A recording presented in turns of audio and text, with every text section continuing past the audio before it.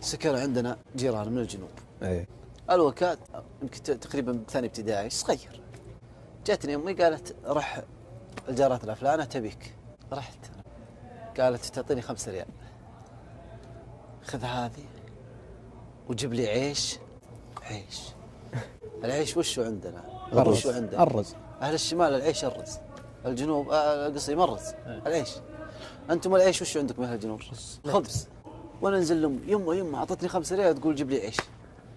قالت امي تعال وهي تفتح خشة الرز تملا لها كيسه ورجع 5 ريال. يا ويلك تاخذ، سألينك حرام يا ويلك تاخذها، يلا رجع ولا تاخذ ريال.